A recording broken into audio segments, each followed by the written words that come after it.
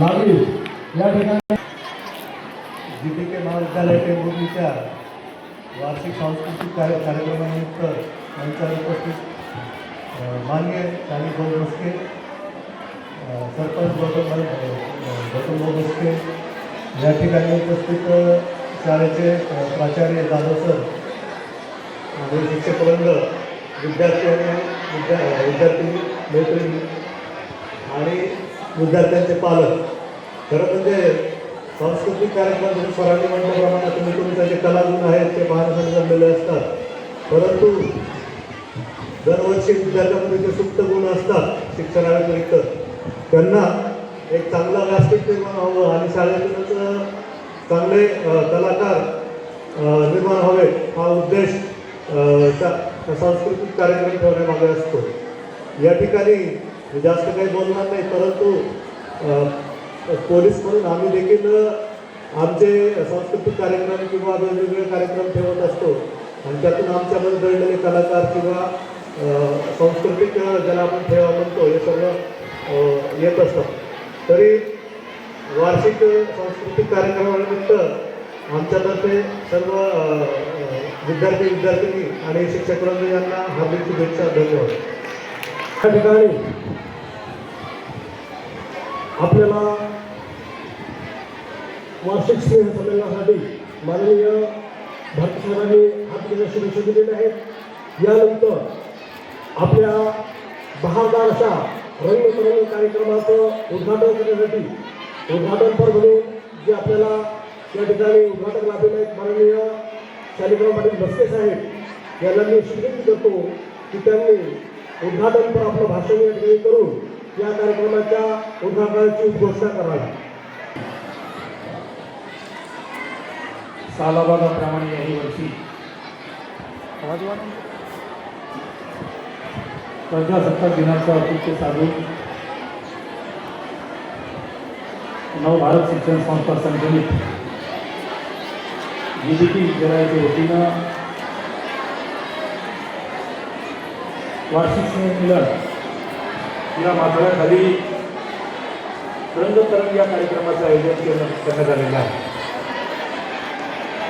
या कार्यक्रमाच्या निमित्तानं या कार्यक्रमाचे आजचे प्रमुख अतिथी व अध्यक्ष उपस्थित आमचे मातोश्री आदरणीय जिजाबाई पात्रावजी कळंबे,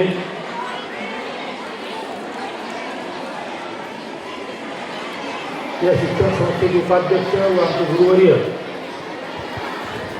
आदरणीय जमीर शेख सर, या संस्थेचे संचालक व माझे दुसरे गुरुवर्य आदरणीय सांगोळे सर, या गावचे सरपंच गौतमजी मस्के, माजी उपसरपंच संतोषजी पाटील सर, मुद्दामून या कार्यक्रमाला आलेले आपल्या पोलीस स्टेशन JPI आदरणीय भारती साहेब, उपस्थित सर्व शिक्षक वृंद, मोठ्या प्रमाणावर उपस्थित असलेले सर्व पालक वर्ग व विद्यार्थी बालमित्रांनो, मानवतो खरं म्हणजे हा विद्यार्थी बालमित्रांचा कार्यक्रम आहे आणि विद्यार्थ्यांना आपल्यामध्ये असलेले सुप्त कलागुण दाखवण्याची संधी आज निर्माण झालेली आहे. अनेक विद्यार्थ्यांना त्यांचेच मित्र आणि मैत्रिणी दाखवत असलेले कलागुणांचा प्रेक्षक या रूपाने आस्वाद घ्यायचा आहे. पालकांना सुद्धा आपल्या लेकरांमध्ये काय गुण आहे त्या गुणांचा आनंद घ्यायचा आहे. परंतु कार्यक्रमापेक्षा प्रमुख अतिथीच्या भाषणामध्ये जास्त वेळ झालेला आहे. सर्वप्रथम मी सर्वांना आपल्याला प्रजासत्ताक दिनाच्या शुभेच्छा देतो व आपल्या स्वातंत्र्याच्या चळवळीचे मुख्य महानेहरू नेताजी सुभाषचंद्र बोस, संपूर्ण भारत देशाचं सर्व हिंदू बांधवांचं आदरस खान, आपल्या महाराष्ट्राचे भूमिपुत्र हिरोपंत सम्राट बाळासाहेबजी ठाकरे या महामानवांना मी अभिवादन करतो.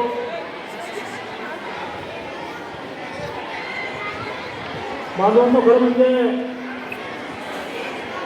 आपल्या या शाळेने, आपल्या या संस्थेने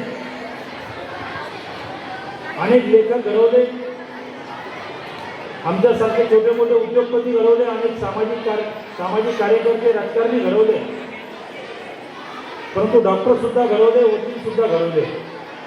नंतर या दोन्ही तालुक्यामध्ये पहिल्याच मोठी शाळा. या शाळेचे सगळं संस्थापक संचालक मंडळ असेल,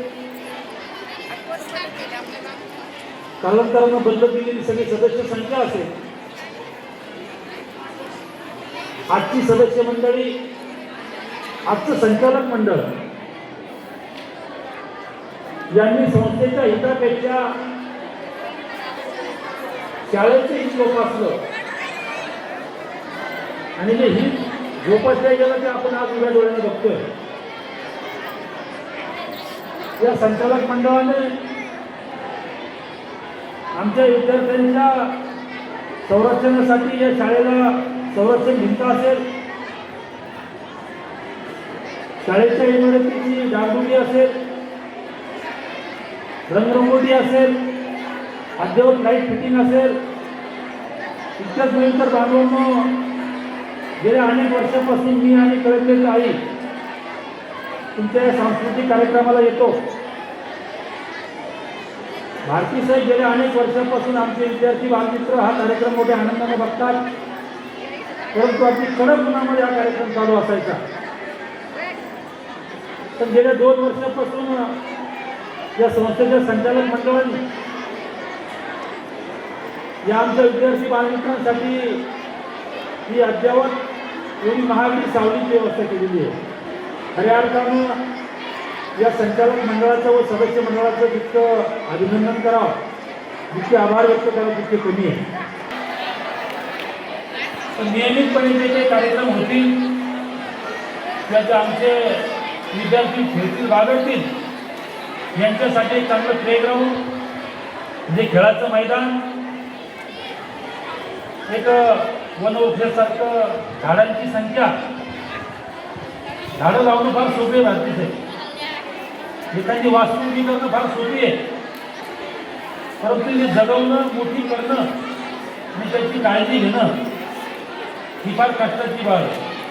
परंतु ही संस्था घेते, संस्था काळजी घेते, निश्चित प्रमाणात ही संस्थेचं कार्य वाखाणण्यासारखं आहे. मी विद्यार्थ्यांना सुद्धा सांगेल की जर आपण आपली तुम्ही काळजी घेत असाल, भवितव्याची काळजी म्हणजे शिक्षण आहे, पण शिक्षण घेत असताना शिक्षणासाठी ज्या काही गरजा आहे, शिक्षणासाठी चांगलं वातावरण असलं पाहिजे, शिक्षण घेत असताना चांगला टीचर वर्ग असला पाहिजे, आणि हे सगळं असताना आपण किती चांगले असलो पाहिजे याची सुद्धा पालकांनी आणि पालकांच्या पाल्यांनी काळजी घेतली पाहिजे. शाळा आणि शाळा व्यवस्थापन अहोरात्र कष्ट करते, अहोरात्र मेहनत करते, स्वतःच्या परिवाराचं भविष्य बाजूला ठेवून शाळेचा वेळ संपल्यानंतर सुद्धा कुठली जबाबदारी नसताना, आपले पिरियड संपलेले असताना आपण घरी गेलं पाहिजे. छोटा मुलगा असेल तर त्याला भेटलं पाहिजे, मोठा मुलगा असेल तर त्याने काय केलंय तपासलं पाहिजे, त्याच्यासाठी त्या शिक्षकांनी घरी गेलं पाहिजे. पण त्यांनी स्वतःच्या लेकराबाळाचं भविष्य थोडं बाजूला ठेवून तुमच्या लेकराबाळासाठी जे वेळ देतात, तर आपण सुद्धा आपल्या लेकराबाळांना एक विशिष्ट वयापर्यंत एक भवितव्य, एक ध्येय गाठण्यापर्यंत आपण सुद्धा चांगलं मार्गदर्शन केलं पाहिजे, की जेणेकरून आपल्या लेकरांनी सुद्धा त्यांच्या मनातले स्वप्न पूर्ण केले पाहिजे. आपण जे मनाशी स्वप्न बाळगून आपल्या लेकरांना शाळेत पाठवतो, ते आपल्या हृदयाशी बाळगलेले स्वप्न, आपण रात्री आणि दिवसा पडलेले स्वप्न जर पूर्ण करायचे असेल तर पालकांनी सुद्धा आपल्या विद्यार्थ्यांवर ध्यान देण्याची गरज आहे. 8वी पर्यंतच्या विद्यार्थ्यांना ठीक आहे, पण जे 9वी आणि 10वी आणि 11वी 12वीचे जे विद्यार्थी आहे ते आज तृतीय विद्यार्थी आहे. या तृतीय विद्यार्थ्यांनी सुद्धा आपण स्वतः बाळगलेले स्वप्न आपल्या पालकांनी बाळगलेली स्वप्न, आपल्याला जे शिक्षक वृंद मार्गदर्शन करतात, ज्या शिक्षकांच्या मनात सुद्धा आपल्या भवितव्याबद्दलचे स्वप्न आहे, यांचे सुद्धा स्वप्न पूर्ण करण्याची जबाबदारी तुमची आहे.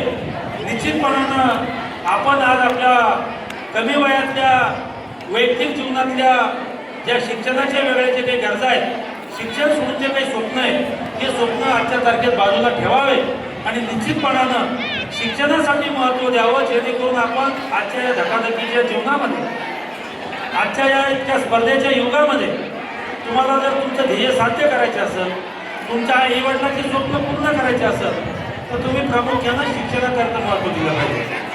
मग या शिक्षणाकरता माणसाला जास्त आपण तल्लीन होत नाही आहे, माणूस बोर होतो. मग या बोरमधून अजून एखाद्या नैराश्यात जाऊ नये म्हणून या शाळेच्या वतीने या कार्यक्रमाचं आयोजन केलं जातं आणि 5 ते 6 दिवस तुमच्यासाठी एक वर्षभरामध्ये, या वर्षभराच्या काळामध्ये 5 ते 6 दिवस हा जो एक सांस्कृतिक कार्यक्रम केला जातो, या 6 दिवसामध्ये तुम्हाला जेवढा आनंद देता येईल, जेवढा आनंद घेता येईल, जेवढी मौज मस्ती करता येईल तेवढी आपण करावी. पण या 6 दिवसाच्या व्यतिरिक्त आपण शिक्षण आणि अभ्यास याच्याकडेच लक्ष द्यावं अशी मी आपल्याला विनंती करतो आणि आपण द्याल अशी अपेक्षा आपल्याकडून व्यक्त करतो आणि माझं आपल्याला भाषण संपवतो. धन्यवाद.